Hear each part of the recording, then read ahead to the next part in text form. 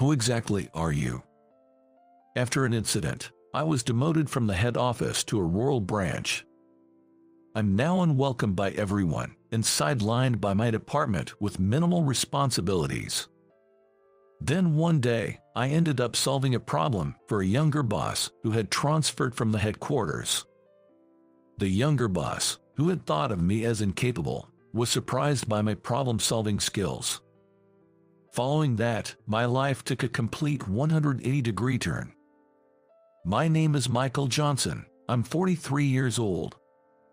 While my peers are busy with marriage, parenting, and climbing the career ladder, I'm single and stuck in a small rural branch, far removed from any prospects of promotion. My job involves organizing documents that are about to be stored away, likely never to be seen again. It's the kind of work that wouldn't really matter if I did it or not. If I suddenly quit tomorrow, it wouldn't cause any trouble for anyone. A few years ago, due to certain circumstances, I was transferred to this branch.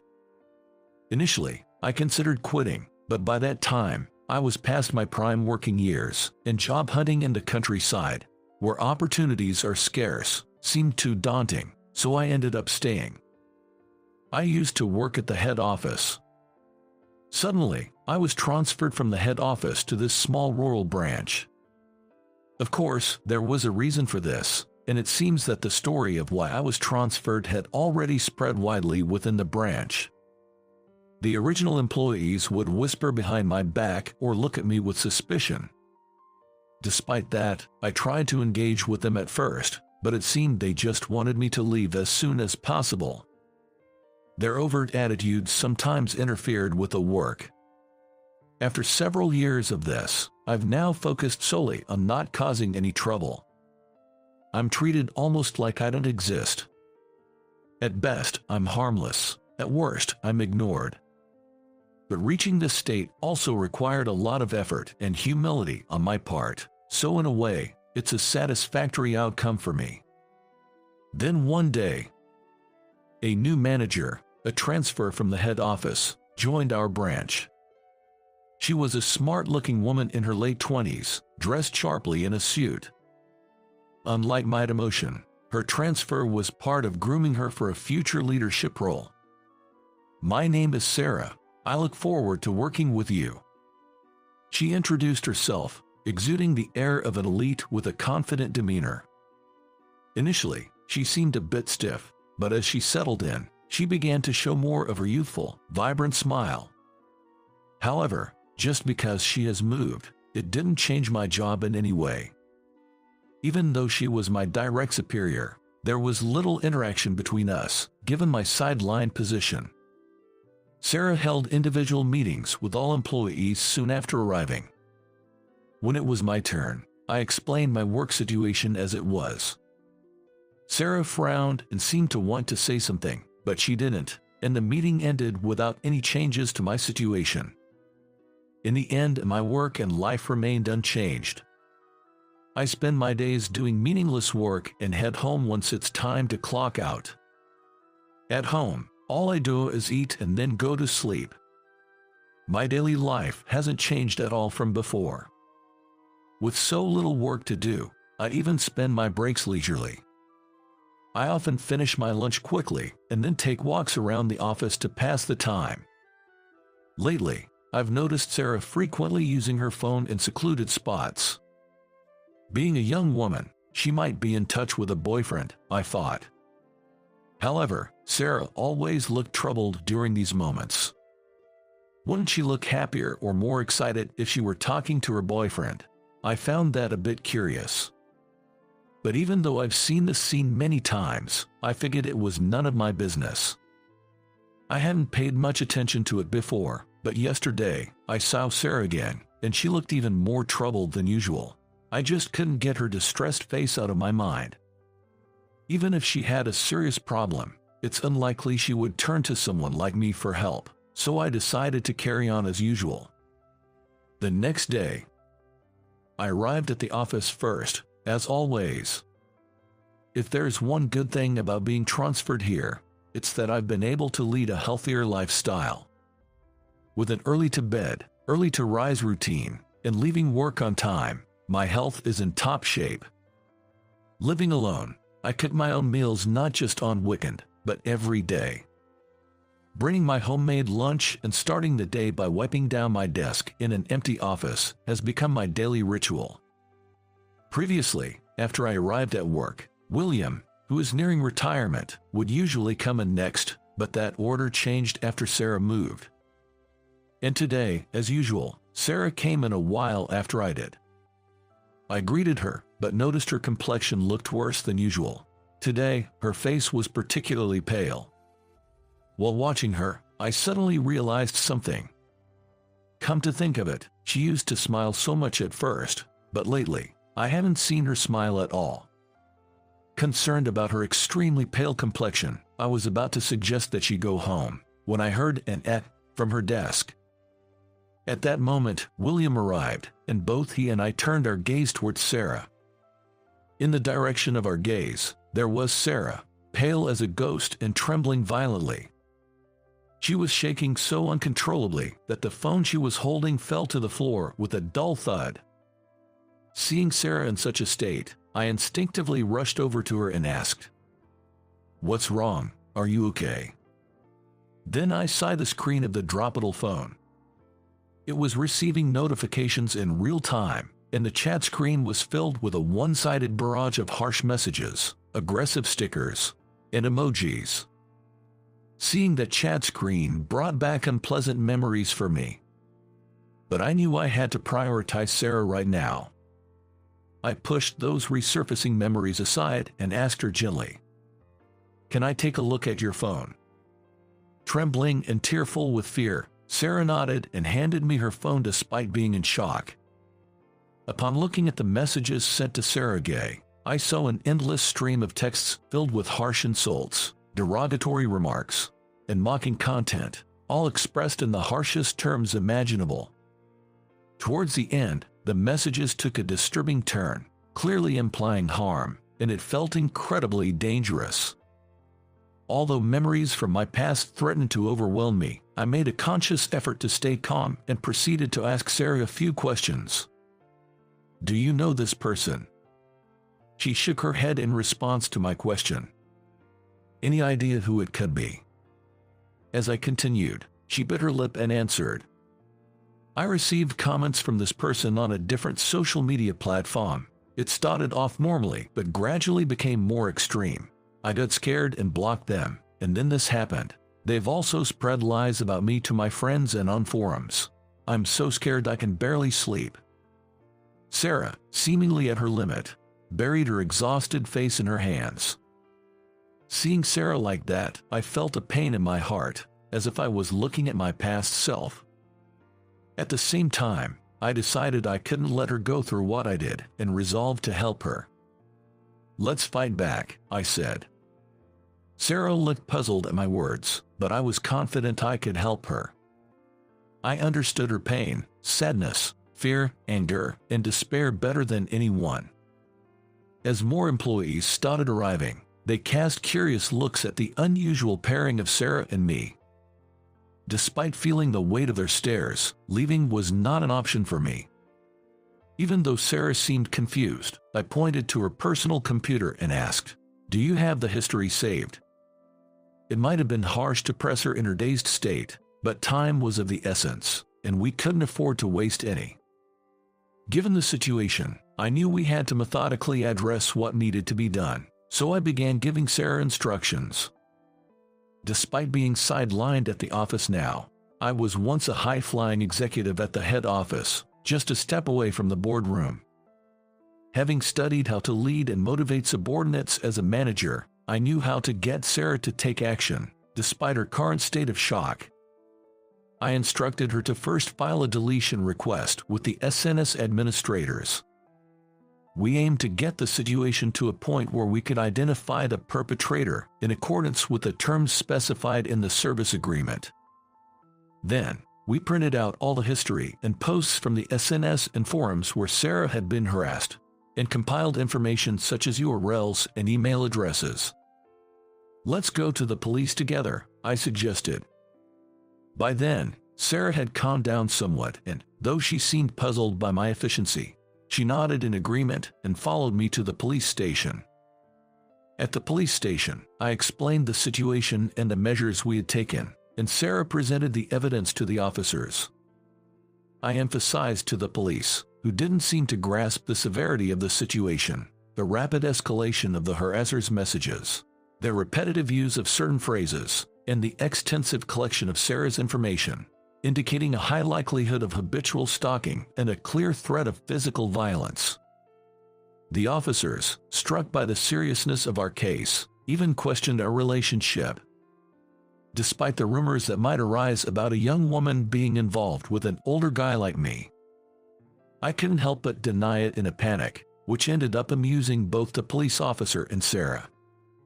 Considering the current situation, the culprit hasn't been identified yet. Moreover, the chances of resolution seem slim, given we're dealing with a small, local police station.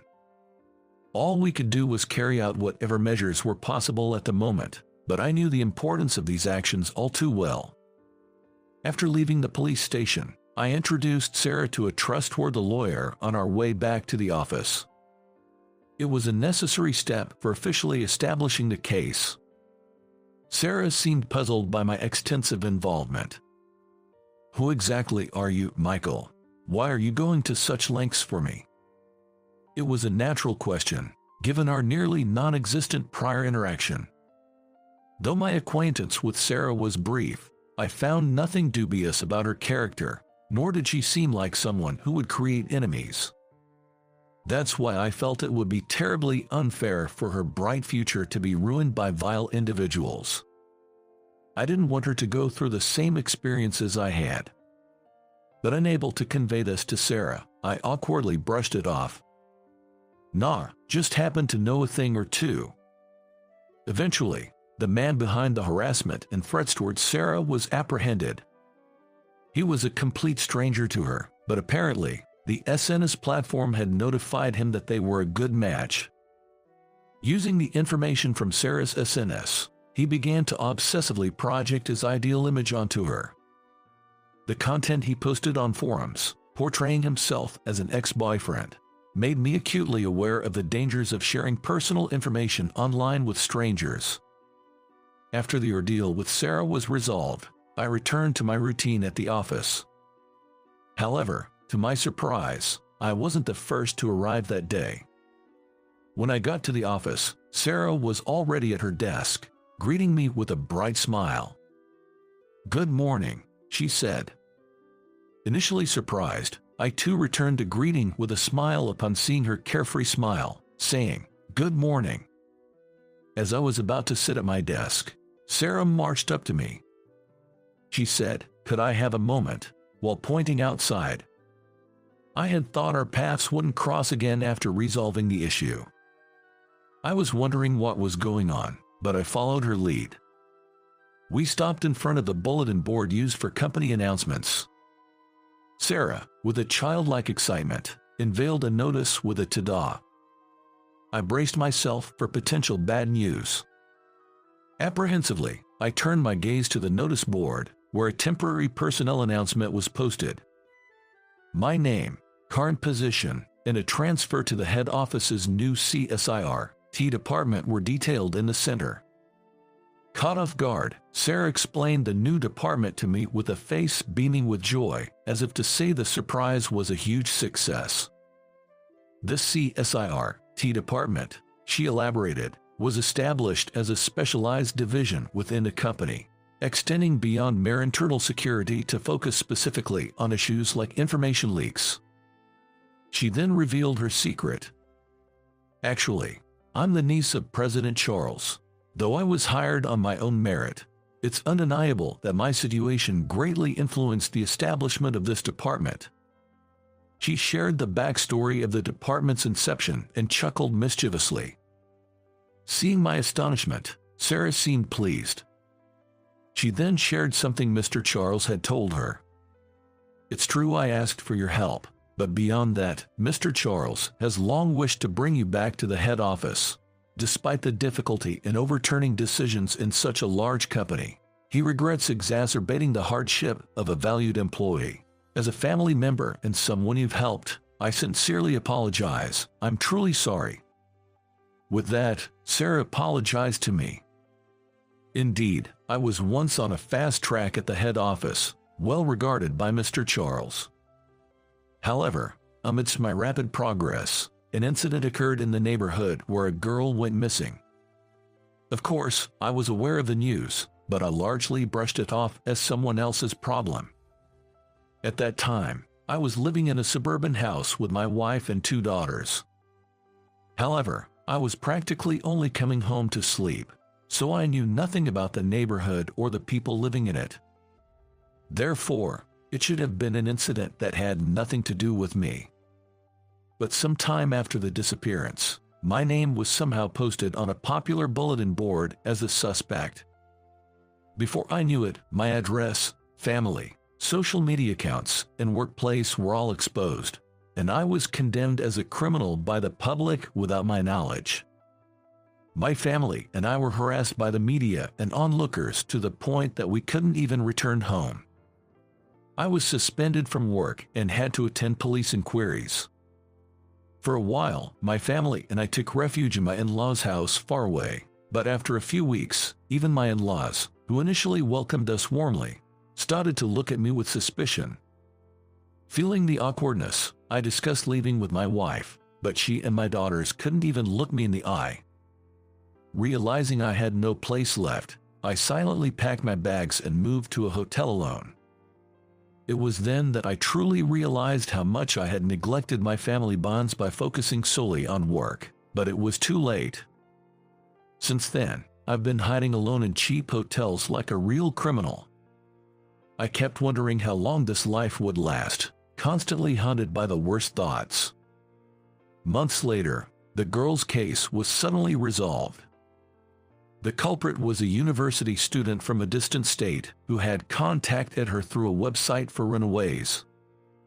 He lured her to his home through clever manipulation on social media and confined her there. Of course, neither the girl or the arrested student had any acquaintance or relation to me. When I saw the news of the case being solved, I broke down and wept on the spot. While I was relieved the case was solved, I couldn't help but wonder what my life had been all about until now. Overwhelmed by various emotions, I cried all day long. And the next day, though still in a daze, I regained my original vitality and decided to take action. I rushed to a law firm offering free consultations and shared my story. The lawyer I met was familiar with my case and became a strong ally, promising to ensure I received justice. From there, everything moved quickly.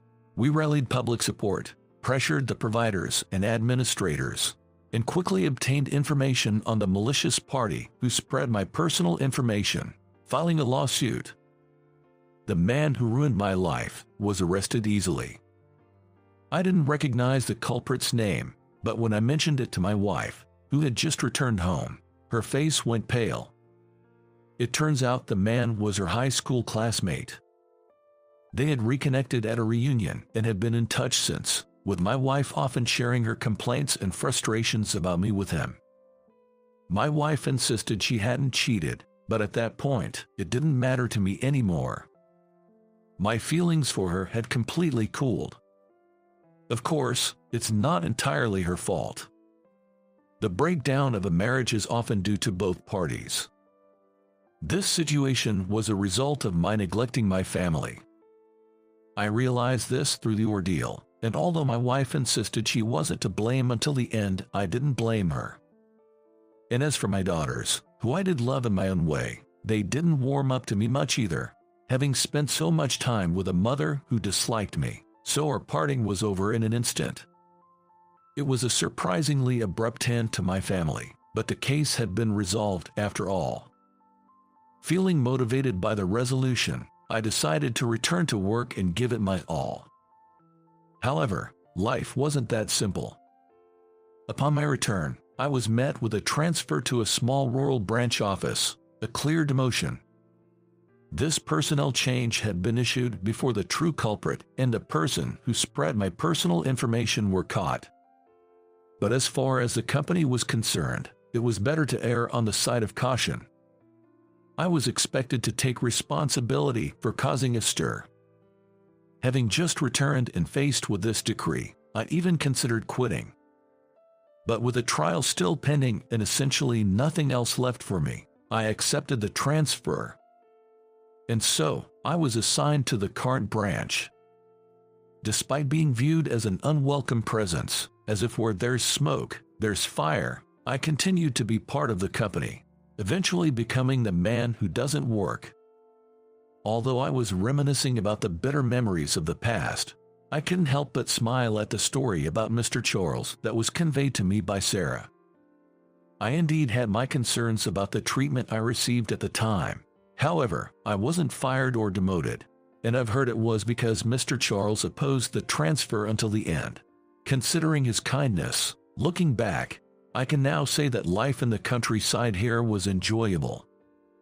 Upon hearing my words, Sarah timidly showed a smile. As we were talking, a woman approached us timidly and said, "Excuse me." She was Lisa from the same department, but we had never really spoken before, and she stood a bit away from us. Listening to our conversation, Lisa approached us with a tearful face and apologized. "I think I was initially unfriendly to you, and yet you helped me in many ways. I realized it was a misunderstanding, but I never said anything. I'm truly sorry." It turned out that not only Lisa, but also William was there, and peeking out, he joined in with an apology. Well, I didn't really mind, but I'm sorry I couldn't be of any help. Feeling bashful from their apologies, I ended up making a joke. "What is this? Is today apologize to me day?" Then, Sarah, with a bright smile, suggested, "Should we make it a day? Let's invite Mr. Charles too." Seeing me flustered, all four of us burst into laughter. I never thought I'd see a day when I could laugh like this again. It's a secret that I felt a little teary-eyed. A month after this incident, after a surprisingly comfortable farewell party at the branch, I found myself in the president's office at the headquarters. Mr. Charles, as vigorous as ever, was there, and I felt a warmth in my heart to meet him again. Then, Mr. Charles personally explained the significance and purpose of my new department and the expectations for it after its establishment. Not many have experienced a life like yours. However, there will continue to be instances where innocent people like you and your niece suffer. It's presumptuous for a company that couldn't be there for you at that time to say this. But it's precisely because of the regret from that time that I strongly felt the need for a department that can protect not only the company, but also its employees. I believe you, who understand my requests and the meaning of the department, are the right person to lead it. I'm counting on you." Feeling a surge of resolve at his words, I firmly responded, "Yes." And so, I returned to the headquarters as the head of the new department. I was warmly welcomed by those who knew me from before. I received offers of cooperation from many people, and the feelings of disappointment and emptiness I had when I left seemed to finally disappear. I thought I had no allies, no place to belong. But I realized that there were always people who stood by me. Life is unpredictable. What seemed smooth just a moment ago can suddenly plunge into darkness. Conversely, when you think it's all over, you might find joy in unexpected places and pleasant surprises waiting for you. Having gone through various experiences, I've come to truly understand what life is about. Just as harsh natural conditions can create beautiful landscapes, I'd like to think that my experiences have added some depth to me as a person. Now, I stand in front of the new department that has become my place, once again. Slapping my cheeks with both hands to psych myself up, I say "all right" out loud and step into my new department, ready to start anew. I've always had someone unforgettable from my high school days who I had a crush on. Holding the class reunion invitation that was in the post, I made a certain resolution. If she attends this reunion, I want to convey the feelings I harbored during high school to her. With that vow in my heart, I decided to attend the reunion. Little did I know at the time that this decision would change my fate. My name is James, just an ordinary office worker you'd find anywhere. Single, with no significant other. As all my friends started getting married one by one, I felt left behind. But with my busy work schedule, I didn't have the luxury to find a partner. Then, one day, could this be? When I got home and checked the mailbox, there was an envelope labeled Class Reunion Invitation. Upon opening it, I found an invitation to a high school reunion. The invitation contained a QR code, which led to a web page where I could indicate whether I was attending. Although the reunion was scheduled for Saturday, it fell during a busy period at work, making it difficult for me to attend. I wanted to see my high school classmates, but it seemed I had no choice but to miss this time. Just as I was about to give up and tap will not attend to send it, I remembered something. Madison. A name I had almost never thought of until today suddenly popped into my head. Madison was the girl I had been infatuated with throughout my 3 years in high school.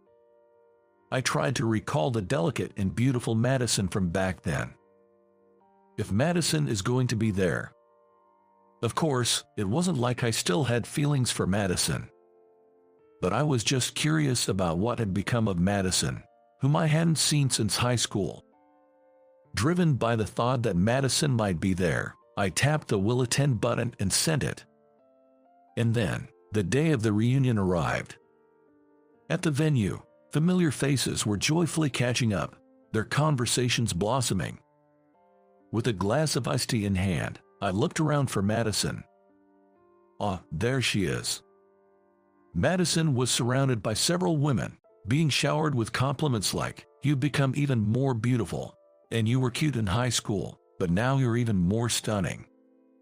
Indeed, Madison had become more beautiful than she was in high school. Her beauty had been refined even further. As I stared at Madison, she seemed to notice my gaze and turned to smile at me. Is she looking at me? Maybe I stared a bit too intently and quickly averted my gaze. James, right? Yes. It's been a while. Is everything okay? Huh? You were looking my way so intently, I thought you might have something you wanted to say. Oh, no, it's nothing like that. The light purple party dress suited Madison frighteningly well. Just a brief conversation with Madison, and my feelings from back then quickly came rushing back. I guess I haven't forgotten about Madison at all. By the way, I heard earlier that you're really busy these days, right? Yes, well, somewhat. I wonder who told her. Even so, you made time to come to the reunion. Was there someone you wanted to see? Huh? Because, you know, if we wanted to contact our high school classmates, we could do so anytime we wanted to, right? Caught off guard and at a loss for words, I was left speechless. Watching me fumble for words, Madison chuckled amusingly. Feeling suddenly embarrassed, I laughed awkwardly while scratching my head, trying to play it off. As Madison and I engaged in casual conversation, we discovered we shared common interests, like enjoying walks and frequently going to the movies on weekends, which brought us closer. Hey, Madison. Do you have time after this? What? If it's okay with you, instead of going to the after party, would you like to grab a drink with me? As our conversation flowed, I realized that I still had feelings for Madison, reigniting my old unrequited love. Madison was momentarily surprised by my invitation, but quickly smiled and accepted it with "I'd be delighted." As the reunion came to an end, we started looking for a place to go. Considering we shouldn't stray too far from the station, while mulling over various options, Hey, how about this place? Oh yeah, that looks good. Let's go there. Sure. The place Madison suggested was a small bar located in a corner of an old shopping district. Once inside, we found it to be quite cozy. It was quiet and had a great atmosphere. The bar was run by a middle-aged couple who were both kind and attentive, leaving nothing to be desired. Madison and I sat side by side at the counter. Looking through the menu, we found a wide variety of dishes. Wow, this is amazing. Really, it's hard to choose. Madison also flipped through the menu, seemingly undecided. If you're having trouble deciding, the daily special is a good choice. What's the daily special? Today, it's buffalo wings. The lady of the house recommended the daily special, and both Madison and I decided to go for it. Satisfied with the delicious meal, Madison and I spent a pleasant and calm time together. Perhaps due to its inconspicuous location, the bar was quiet with only a few other customers besides Madison and me. What made you two decide to open this place? While observing the well-coordinated couple, Madison asked them. The wife was momentarily surprised but quickly smiled. We always talked about opening a place where we and everyone else could smile and spend a relaxed time ever since we met. Wow, that's wonderful. The wife laughed at Madison's reaction, while the husband shyly averted his gaze. After that, Madison and I spent our time at the bar, occasionally chatting with the couple. Couples like them are wonderful, aren't they? During a pause in our conversation with the couple, as the husband went back to cooking and the wife to attending other customers, Madison whispered, "Huh? Don't you admire it? A peaceful couple like that. It's nice, isn't it, to run a small but cozy place like this?" I was momentarily taken aback by Madison's unexpected remark. However, Madison's words led me to a certain resolution. I took a deep breath and turned my body to face Madison, who was sitting next to me. "Hey, Madison." "Yeah." "Do you have a partner now?" "No, I don't." Madison's cheeks were faintly red as she said this. Was it because of the alcohol, or perhaps? I see. Like you, I'm too busy with work to have time for a partner. Work is my lover, you could say. Madison laughed amusingly and took a bite of her chicken. "So, Madison, you're busy with work too. What do you do?" "I'm a public servant." Madison answered shortly, without turning her gaze towards me. "A public servant, huh?" I imagined Madison working at an office, reaching out to help those in need. That suits her. Madison had always been kind and gentle since our school days, so it seemed like the perfect job for her. "What about you, James? What do you do?" "I'm just a regular office worker, nothing special." "I see." Madison seemed to be enjoying the conversation. It was getting late into our meal. "Sorry, I'm going to use the restroom." "All right." "Okay." After watching Madison head to the restroom, I called over to the bartender. "Excuse me." "Yes." "Could I get the bill for the two of us, please?" "Sure, no problem." The bartender's wife promptly moved to the cash register after overhearing our conversation. As I took my wallet and headed towards the register near the entrance, the door to the bar opened with a loud noise. There's hardly anyone here." A group of 6 rowdy-looking individuals entered the bar as if they owned the place. "All right, this spot good." "Yeah, it's empty, anywhere's fine really."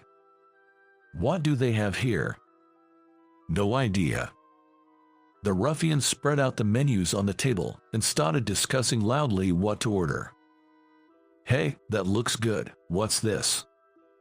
"This is..." The group began to make a lot of noise, talking loudly. And then, unbelievably, they started bothering the other customers who were just trying to enjoy their meals. Their intimidating appearance seemed to terrify the other customers, who were met with smirks from the ruffians. "Don't be so scared, we're not gonna do anything to you. Yes, we just wanted to make friends by talking to you, that's all. Hey, hurry up and take our order." The once quiet bar became noisy. The bartender stopped cooking, unsure of how to handle the sudden situation, while his wife looked on the verge of tears as she watched the ruffians. I couldn't stand the thought of these people ruining the peaceful atmosphere of a bar started by a couple who wanted to make their customers smile. Feeling I couldn't just stand by and watch, I decided to confront the ruffians. "Hey, you guys. What do you want? Don't you care that you are bothering everyone around you? What, you playing hero? Cool, man. Huh? Mind your own business. We're paying our way, so it's all good. This place is for quietly enjoying drinks and food. If you can't respect that, you telling us to get out, what gives you the right to act all high and mighty? Then you're the one who should leave. How about we just rent out this place for ourselves? Then we won't be bothering anyone, right?" The ruffians seemed unfazed by my attempt to intervene. Instead, they suddenly decided to rent out the place and forcefully kick me out, pushed by several of them. Since I was thrown out with nothing on me, all my belongings, including my phone, were left at the counter seat. Realizing I had left my phone behind when I reached for my pocket to call the police. "Excuse me, do any of you have a phone on you?" I asked the other customers who, like me, had been kicked out of the store, but it turned out that everyone had left their belongings inside, and not a single person had a means to contact the police. Madison. I remembered that Madison had left for the restroom just before the ruffians showed up, which meant she was unaware of their presence inside. I tried to open the door, but it was locked from the inside. I moved to a window through which I could peek inside without being noticed by the ruffians. Just then, Madison came out of the restroom. Unaware of the situation, she inevitably ran into the ruffians. Upon spotting Madison, the ruffians quickly surrounded her. "Hey, look, a lady all by herself. Got ditched by her boyfriend. Huh? Poor thing. Why don't you have a drink with us and cheer up?" One of the ruffians put his arm around Madison's waist and pulled her close. Madison. Unable to bear the thought of Madison being touched by their filthy hands, I tried to open the door in a rage, but it wouldn't budge. Even trying to force it open, I couldn't manage it alone. From my perspective, Madison seemed frightened by the ruffians, but in reality, she was completely calm at that moment. The reason for her calmness would soon become clear. Instead of Madison's scream, what reached my ears as I struggled with the door was the sound of men's groans and a loud commotion. What? Is Madison being attacked? With the help of other customers, we managed to pry the door open, but what I saw was an unbelievable sight.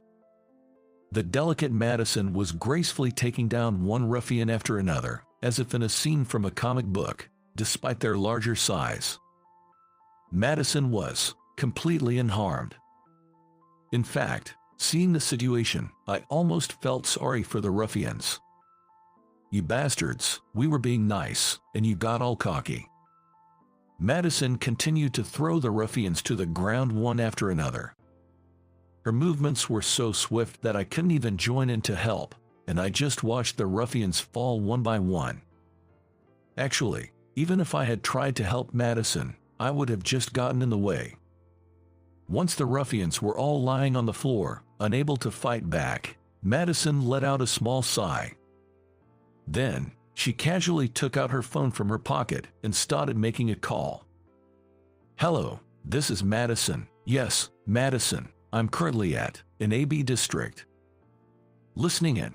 It seemed like she wasn't making a personal call, but rather one related to her work. James. After ending the call, Madison immediately noticed me and hurried over. Wearing a slightly awkward smile, Madison approached.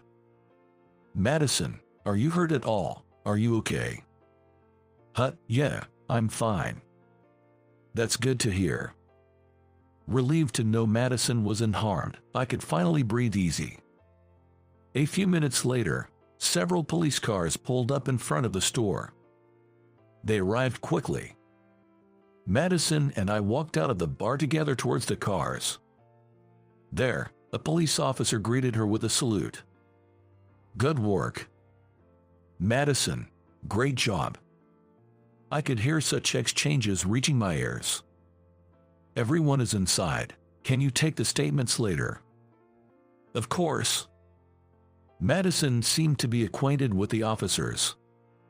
There were so many things I wanted to ask Madison, like whether she was injured, what had happened, and how she knew the police officer, but I couldn't find the words for any of it. After some hesitation, I decided to ask Madison the one thing that was on my mind. Madison, are you by any chance?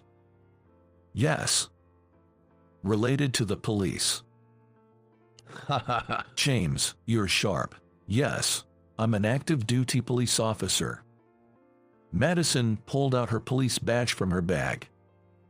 Indeed, the photo and name on it were unmistakably Madison's. It seems that after graduating from high school, Madison entered the police academy. It felt like a career Madison, with her strong sense of justice, would choose.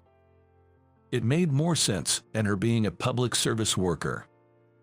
Right, a public servant, huh? Well, yes, that's true. Police officers are public servants, so Madison wasn't wrong. But I felt a bit frustrated that I hadn't figured it out myself. The way I took down those ruffians, it's something I learned during my time at the police academy. See, I can handle being targeted now. Is that so? Sorry for keeping it a secret. I felt like the image you had of me was still from high school, so I just went with it, you know. But, where does someone as delicate as you get that kind of strength from? Haha, it's martial arts. Once you learn it, anyone can do it. Are you disappointed? What? No way. Really? That's good. Madison smiled at me, looking relieved. Actually, it's way too cool, and the gap with your usual self made me fall for you even more. I like you, Madison. I'm so happy that you first worried about whether I was hurt. Your kindness hasn't changed since high school, and that made me so happy. You're always you, James. Does that mean? Yes, I like you too, James. And so, the feelings I harbored since high school finally found their resolution, and Madison and I officially started